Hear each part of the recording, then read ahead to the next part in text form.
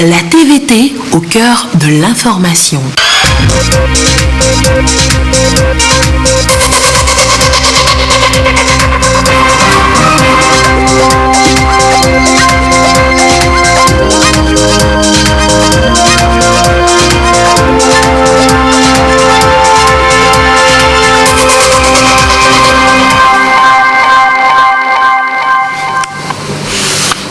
Le peuple gain annonce une bonne année pour les Togolais. La pierre sacrée prise hier à Glidjik-Moji est de couleur blanche. C'était en présence de Komiselam Klassou. Les prêtres traditionnels gains recommandent également une série de cérémonies pour purifier le pays.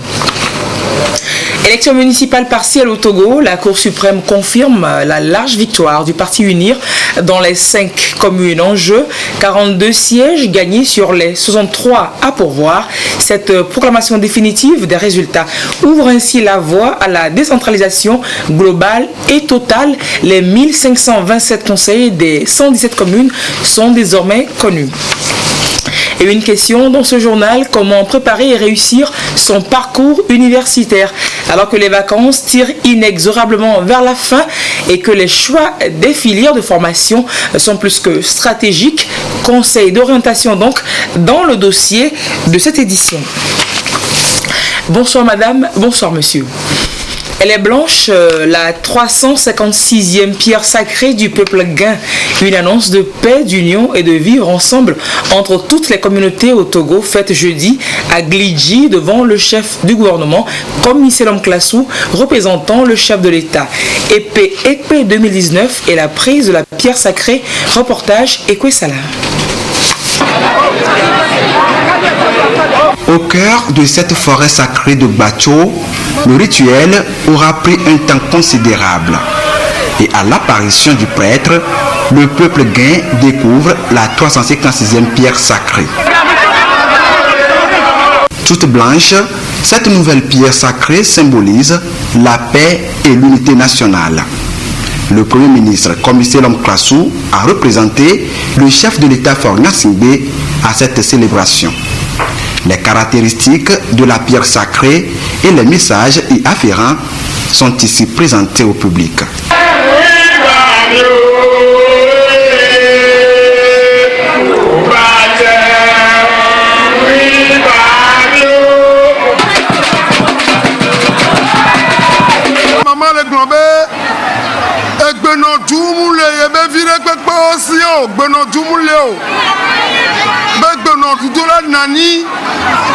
La pierre enlève toutes les malédictions sur le peuple gain et sur les Togolais.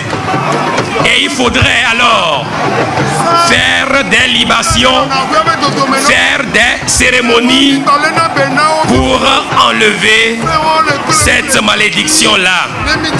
La pierre évoque la paix sur le peuple, sur tous ses fils, tous les fils gains et tout le Togo. La pierre demande le pardon réciproque. Elle demande que sa bénédiction accompagne tous les Togolais. Sa bénédiction accompagne le président de la République, ses collaborateurs et tous les fils du pays. La saison sera bonne. Elle sera bonne sur le plan agricole. Les bienfaits seront en abondance sur tout le peuple togolais. La pierre demande aussi la protection de la forêt sacrée et des offrandes au Dieu Sakbater, au Dieu qui gouverne la terre.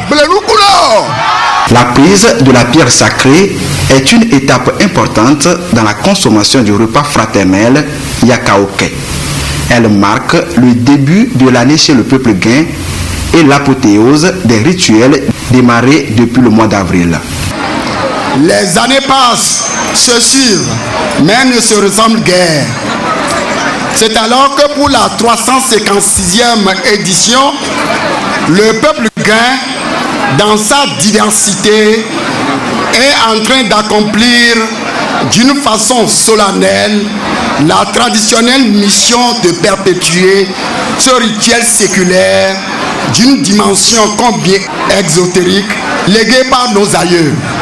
Nous voudrons rendre grâce à Dieu et aux membres de nos ancêtres pour cette nouvelle retrouvaille qui nous est offerte pour adresser notre gratitude et nos sincères remerciements à son Excellence, Monsieur Faure Sossidane Gnassingbé, Président de la République, pour sa disponibilité permanente et son attachement à la promotion des activités culturelles de nos racines.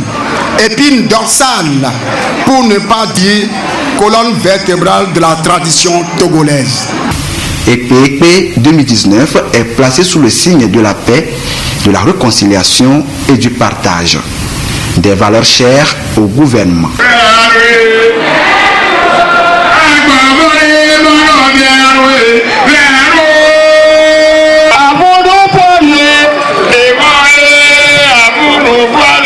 La richesse de votre patrimoine culturel mérite, dans une large mesure, d'être mise au service du développement de toute la communauté nationale.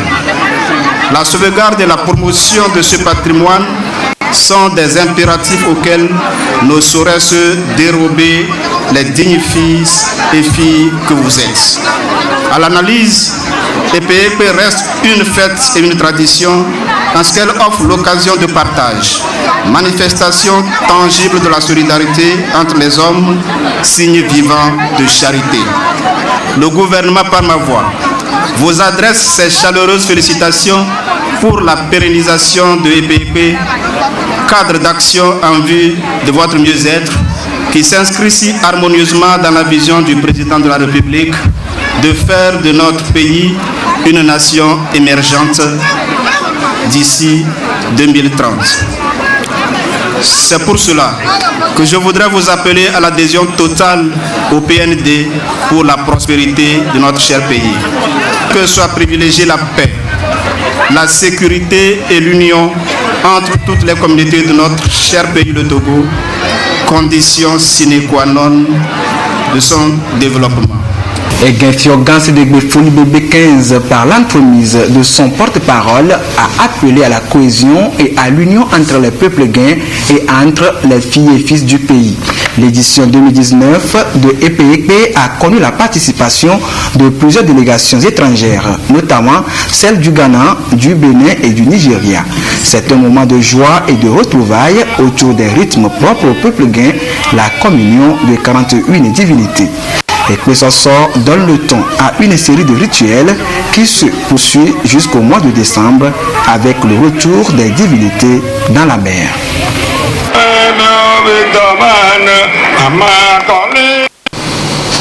Proclamation des résultats définitifs des élections municipales partielles du 15 août dernier, ce vendredi à Lomé. La chambre administrative de la cour d'appel a confirmé les résultats de la CENI. Dans les 5 communes où on a voté, 63 sièges ont été pourvus et selon les résultats, le Parti uni s'en sort avec la majorité des sièges. Le taux de participation est de 64,59%. Lucassi, compte rendu. C'est définitif. Les résultats des élections municipales partielles du 15 août 2019 sont proclamés par la Chambre administrative de la Cour suprême du Togo. Sur les 112 233 inscrits dans les 5 communes concernées par ces élections, 72 488 ont voté, soit un taux de participation de 64,59%. Le parti politique UNIR se conforte davantage dans sa position. 9 partis politiques et 6 partis indépendants ont compéti dans les communes Wawa 1, Siok 4, Oti Sud 1, Bassa 4 et AV 2. Le nombre total des inscrits dans les 5 communes est de 112 233. Le nombre total des votants est de 72 488. Le nombre total des suffrages exprimés est de 70 619. Le taux de participation est de 64,59%. Considérant que la Chambre administrative a par ailleurs constaté que, dans l'ensemble, les opérations de vote se sont déroulées conformément aux procédures établies, proclame solennellement élu conseillers municipaux lors du scrutin du 15 août 2019, les candidats ci-après dans l'ordre de leur présentation sur leur liste. Commune avec 2 sont élus. Indépendants avec En Marche. Awali Kouakou, Biyome Kofi Djondo, Kodjo Akubi Edem, Anthony Bedema Elom, Komla Sewavi Koujo, Pognon Kofi Tche. Indépendant avait d'abord Tiklonou Mokli, Komlavi Galé, Komla Nyedi, ANC Dimake, Komla Mable, Kodjo Eli. Indépendant EDC AVE, Asia Moins, Kodjovi, Mawena. Dans les autres communes également, notamment Bassar 4, Ouawa 1, Zio 4 et Oti Sud 1, les résultats provisoires de la CENI ont été confirmés. Commune de Zio 4, Unir, Sego et Tché Franck, Unir, Bokovi Kossi, Unir, Ekpe Nwedji Komla, Unir, Amouzou Yaou Messan, Unir, Adekwe Komi, Senaoude, Unir, Nobo Kofi, Unir, Ehlan Akouvi, Unir, Tofa Kokou Baragbo, UFC, Galé Yaouvi Maoulolo, Indépendant Gapé Debout, Tété Komi Maoulé, ANC, Komla Atoupi. Commune de Wawa 1, pour le compte de Unir, Achou Adjovi Niamey, Chamja Baoubadi Malaki, Asamoa Yao Oga, Fiankou Koblavi, Evenya Afio, Yao Koku et Faboué,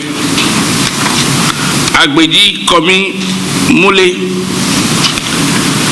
Tcha Gungu Mohamed Madeniou, Ameou Wo Adjoa, Agbedosi Tchétché Komi, Umoru Komlavi Evignon, ANC, Apim Kwami et Seboué, Coalition rénovée KMCD de Souza Tcha et Nyonam, Coalition C14, Afala Kokou, Net, Amouzou, Kokouvi Edi. Unir dans la commune de Oti Sud 1, Lamboni Kwami, Kolane Lamboni Wodinani, Nsarma Sambiani Djangbie, Tayama Djabajo, Namoni Tchekere, Tachani Dambole, Kombiani Nakiabe, Mboma Blikoti, Namoro Saliu, Sambiani Mounagbi, Lamboni N. Suleiman, Douti Amadou Mariama, pour le compte du CAR, Kongede Sanwogu Ideam, Kombiani Ouyepuk, Solia Soleiman Lochina.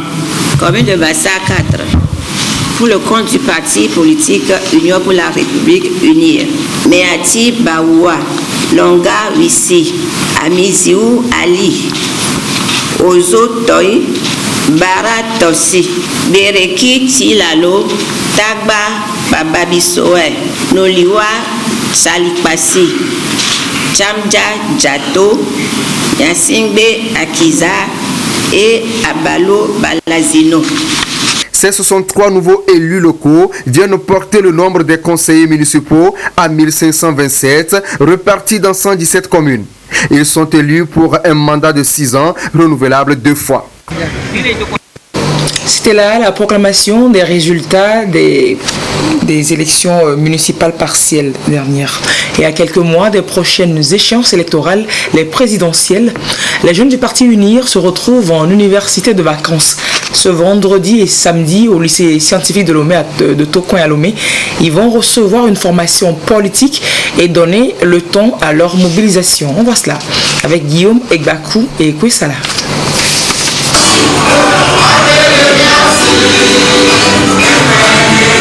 Ce sont des militantes et militants du mouvement des jeunes du Parti UNIR, venus des différentes préfectures du pays. À cette rencontre qui marque la rentrée politique du mouvement des jeunes UNIR MJU, il est question de mieux les outiller sur la vision et les idéaux du Parti UNIR, Union pour la République. À l'issue des 2 jours de formation, ils sont appelés à servir de relais auprès des populations. Au sortir de cette rencontre, je crois que la jeunesse sera outillée pour mieux préparer le terrain pour les échéances à arriver. Déjà 2020 qui est déjà à nos portes.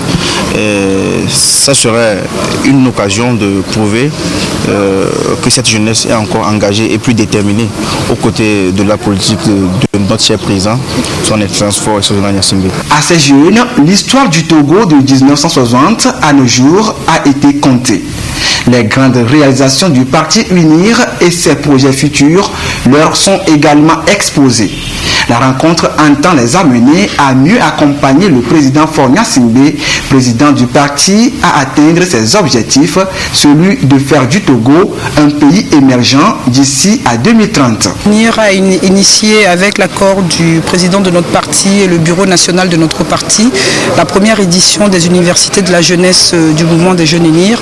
Cette première édition nous permettra en fait à tous les délégués du mouvement des jeunes UNIR de tout le pays de se retrouver, donc plus de 750 participants ce jour, et d'échanger sur les idéaux du parti, de renforcer les capacités politiques de nos membres et de nos bureaux et des délégués, mais également aussi de faire le point des différentes activités et échéances électorales que nous avons eues par le passé et de réfléchir ensemble sur le poids et le soutien que nous pouvons apporter au président de notre parti pour les prochaines élections présidentielles qui auront lieu dans notre pays.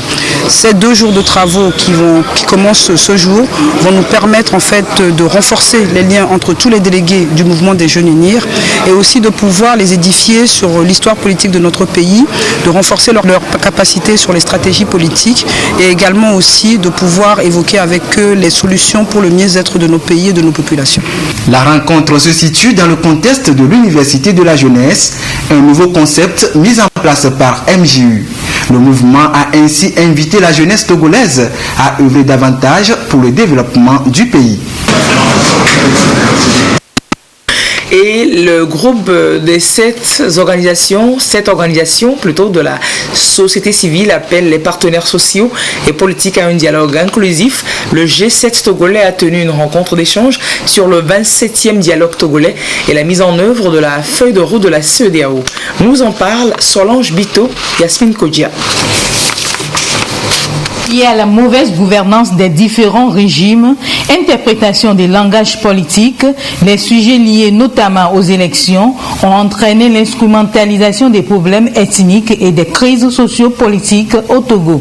Le groupe des 7, dans sa droite ligne, a initié et mis en œuvre le projet de vulgarisation et renforcement de capacité de ses membres. L'objectif de la rencontre de cet après-midi est de présenter un document d'analyse du processus du dialogue que le Togo a connu, mais également de la feuille de route, notamment les résultats auxquels nous sommes parvenus, les leçons que nous avons pu tirer de tout ce processus-là et de formuler un certain nombre de recommandations dans le sens de l'amélioration. Dans sa démarche d'améliorer les orientations de la feuille de route du 31 juillet 2018, le groupe des 7, après analyse, a constaté au terme de cet exercice qu'il y a eu des avancées.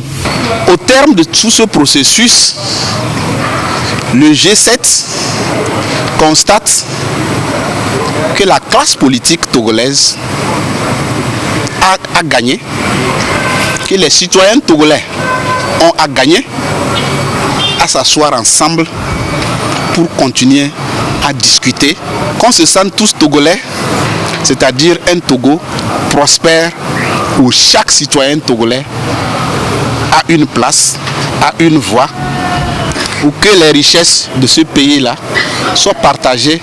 Pour trouver une solution consensuelle et durable, le groupe des 7 recommande le dialogue inclusif piloté par les Togolais et renforcer l'implication des OSC pour une organisation réussie des prochaines échéances électorales. La présidente de l'Assemblée nationale informe les honorables députés que, conformément à l'article 55 alinéa 3 de la Constitution, la deuxième session ordinaire de l'année s'ouvre le mardi 3 septembre 2019 à 9h30 au siège de l'Assemblée nationale. La Aplusia poursuit sa tournée nationale de sensibilisation sur la corruption, ce fléau qui nuit sensiblement à l'évolution socio-économique du Togo. Les responsables des services préfectoraux du Bas-Mounou se sont ainsi vus encouragés à éviter ce cercle vicieux et aussi ont-ils été édifiés sur les mesures qui sanctionnent le mal. Des détails avec Komu Poyodé. C'est avec intérêt que les responsables des services préfectoraux du Bas-Mounou ont suivi les différentes communications au cours de cette séance de sensibilisation. Les membres de la haute autorité de prévention et de lutte contre la corruption et les infractions assimilées à Aplusia les ont entretenus sur ce qu'est la corruption, ses conséquences sur le développement socio-économique au Togo. Il a été aussi question d'échanger sur les mesures pour prévenir ce mal et aussi celles répressives en cas de non-respect. Je suis très content ce matin que nous sommes appelés dans la préfecture de Bas-Mounou pour la sensibilisation de la Aplusia ce matin. C'est, comme je viens de le dire, c'est un instrument qui va rendre le Togo propre, comme je l'ai dit dans mon discours. Togo propre pour que les investisseurs viennent, parce que nous n'allons pas appeler les investisseurs qui viendront avec la peur que est-ce que l'argent qu'ils vont investir au Togo sera fructifié. Les autorités togolaises veulent ainsi insuffler un dynamisme à la bonne gouvernance, un outil pour asseoir les bases d'une réelle démocratie au Togo.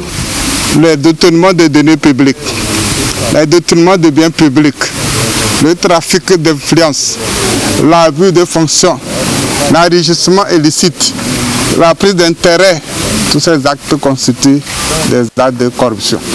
Celui qui se laisse commettre de ces actes de corruption, nous en tant qu'haute autorité de prévention et de lutte contre la corruption, nous avons reçu pour mission de recevoir vos plaintes, vos dénonciations et les porter devant les juridictions pour que les fossoyeurs de l'économie nationale répondent de leurs actes, qu'ils soient obligés de rembourser ce qu'ils ont volé, ce qu'ils ont détourné. Cette démarche va permettre d'attirer la confiance des investisseurs, aussi bien nationaux qu'internationaux, dans la réalisation des objectifs du PND. 146 commissaires et 176 officiers de police ont presté serment ce vendredi à la cour d'appel de Lomé, un exercice qui leur permet désormais de prendre officiellement fonction. Il leur a fallu 2 ans de formation théorique et pratique. Les temps forts de la cérémonie avec Ramdan Bassina. Je le jure. Prêter serment est une exigence légale et une tradition avant toute prise de fonction chez les fonctionnaires de police judiciaire. Pour cette séance, 146 commissaires et 176 officiers de police se sont prêtés à cet exercice après 2 ans de formation théorique et pratique. À la cour d'appel de Lomé, ils ont juré d'accomplir leur mission avec engagement et détermination au service de la nation. L'officier de police judiciaire a pour fonction de mener des enquêtes. Les officiers de police judiciaire interviennent dans les enquêtes pénales. Ils sont chargés de rechercher les preuves, rechercher les auteurs de ces infractions. Et donc, leur activité, c'est de mener l'enquête dans son entièreté sous la direction du procureur de la République ou sous le juge d'instruction dans les dossiers d'instruction judiciaire.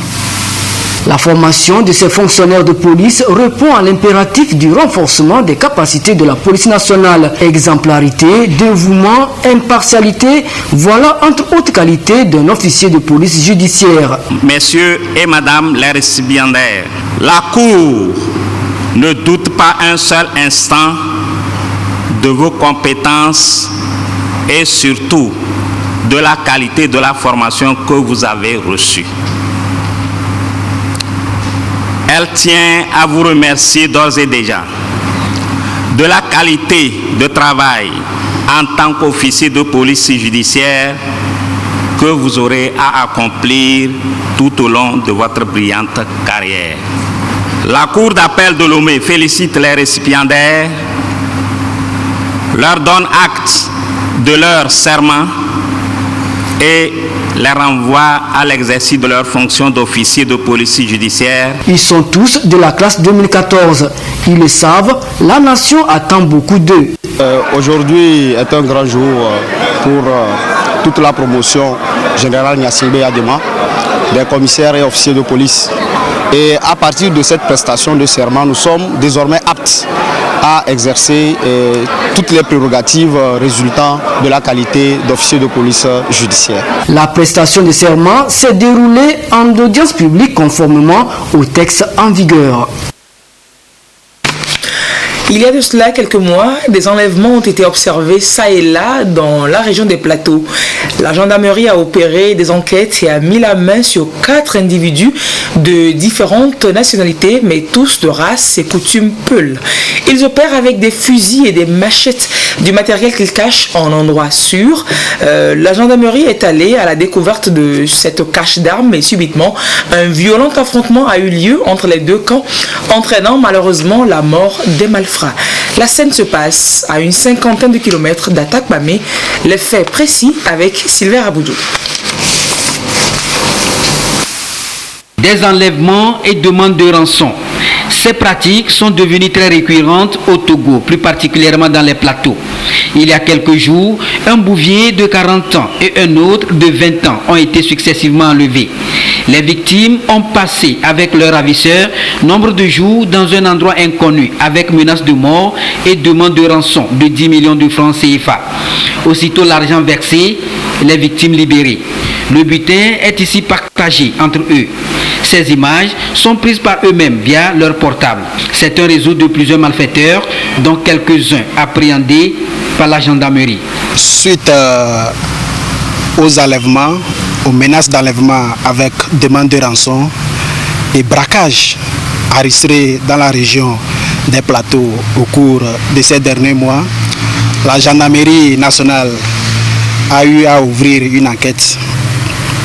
Cette enquête a permis d'interpeller 4 malfrats, tous appartenant à un groupe de malfrats très actifs dans la région des Plateaux comme dans les localités à l'ouest du Bénin. Interrogés, tous ont reconnu les faits. Eux nous ont même déclaré qu'ils ont eu à participer à plusieurs opérations, tant dans cette région comme au Bénin. Après quelques interrogatoires, ils ont dévoilé leur mode d'opération. Ce mode consiste pour eux d'opérer avec des fusils, des cagoules, des machettes, des couteaux et bien d'autres. Ces instruments sont cachés dans un endroit très discret à Niamassila, à environ 55 km d'Atapamé. La gendarmerie est allée ensemble avec les ravisseurs pour la découverte de ce lieu.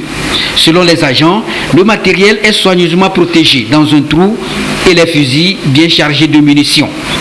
Le matériel aussitôt enlevé du trou, le braqueur a ouvert le feu, ce qui a permis une riposte des agents de la gendarmerie, riposte qui malheureusement a atteint mortellement ces derniers.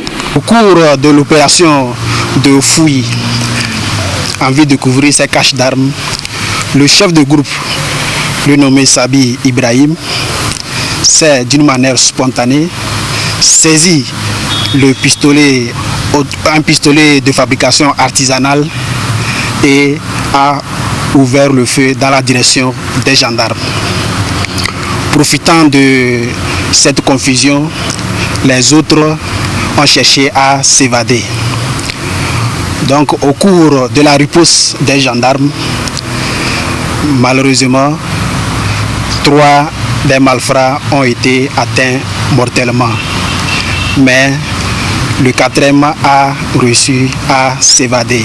Au niveau du trou du cache d'armes dans cette brousse, nous avons eu à découvrir au total 2 coupes-coupes, 2 couteaux poignards, 3 pistolets de fabrication artisanale, 9 cartouches de 12 mm, un étui d'une cartouche de 12 mm utilisée bien sûr par le chef et 3 cagoules. Au cours de l'enquête, une perquisition a été également effectuée par la gendarmerie au domicile du chef de groupe. Cette perquisition a permis de retrouver 10 portables, 11 puces et une cagoule. Les agents appellent donc la population à plus de vigilance pour démasquer ces genres de réseaux qui au quotidien sèment la désolation au sein des communautés. Je vous l'annonçais en titre, mais nous vous le proposerons dans nos prochaines éditions, sans doute demain. Choisir sa filière à l'université n'est pas souvent chose aisée pour les nouveaux bacheliers. Au lieu de se renseigner avant de faire le choix, certains se fient aux informations glanées ça et là auprès de proches, ce qui n'est pas souvent sans conséquence. Alors comment mieux se préparer pour bien affronter son cursus universitaire et garantir son succès? C'est un dossier que nous vous proposons dans l'édition de demain sans doute. Le ministre en charge de la jeunesse a lancé officiellement jeudi à Lomé le 11e camp AYF pour des jeunes du Togo et de la sous-région. Des jeunes qui seront édifiés au changement de mentalité. On voit cela avec Daniel Hemadzo et Dodo Waré. Des jeunes dans une énergie débordante ici au 11e camp AYF. L'atmosphère était pleine d'ambiance, de joie et d'émotion pour ces jeunes qui ne rêvent que d'un Togo meilleur. Des ambiances mais également des messages forts.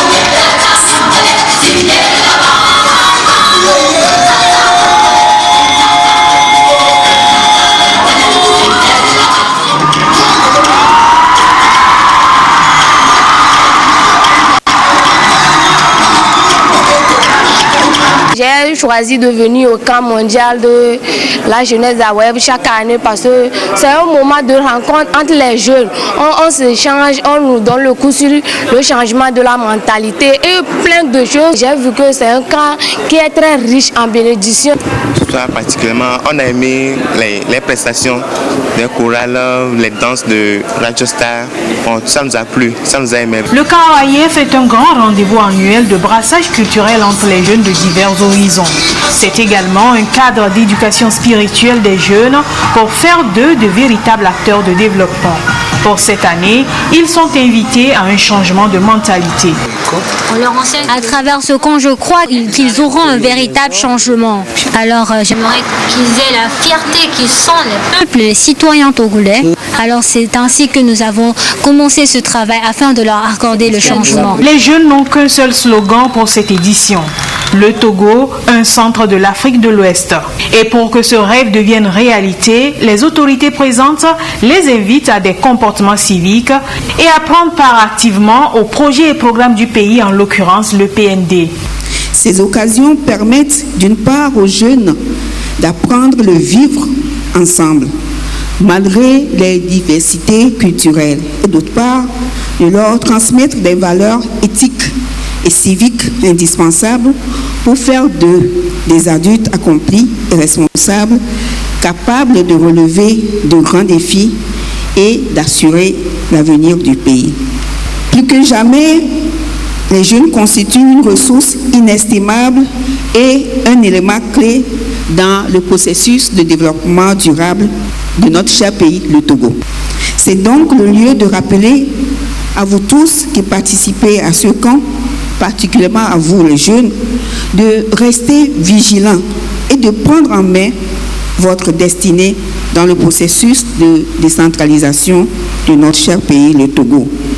Je suis sûre que vous avez en vous les clés pour faire du Togo le centre de l'Afrique de l'Ouest. Je reste convaincue que ce camp, le 11e du genre, qui rassemble des milliers de jeunes venus de toutes les régions du Togo portera beaucoup de fruits dont l'impact tôt ou tard sera sensible et perceptible de tous.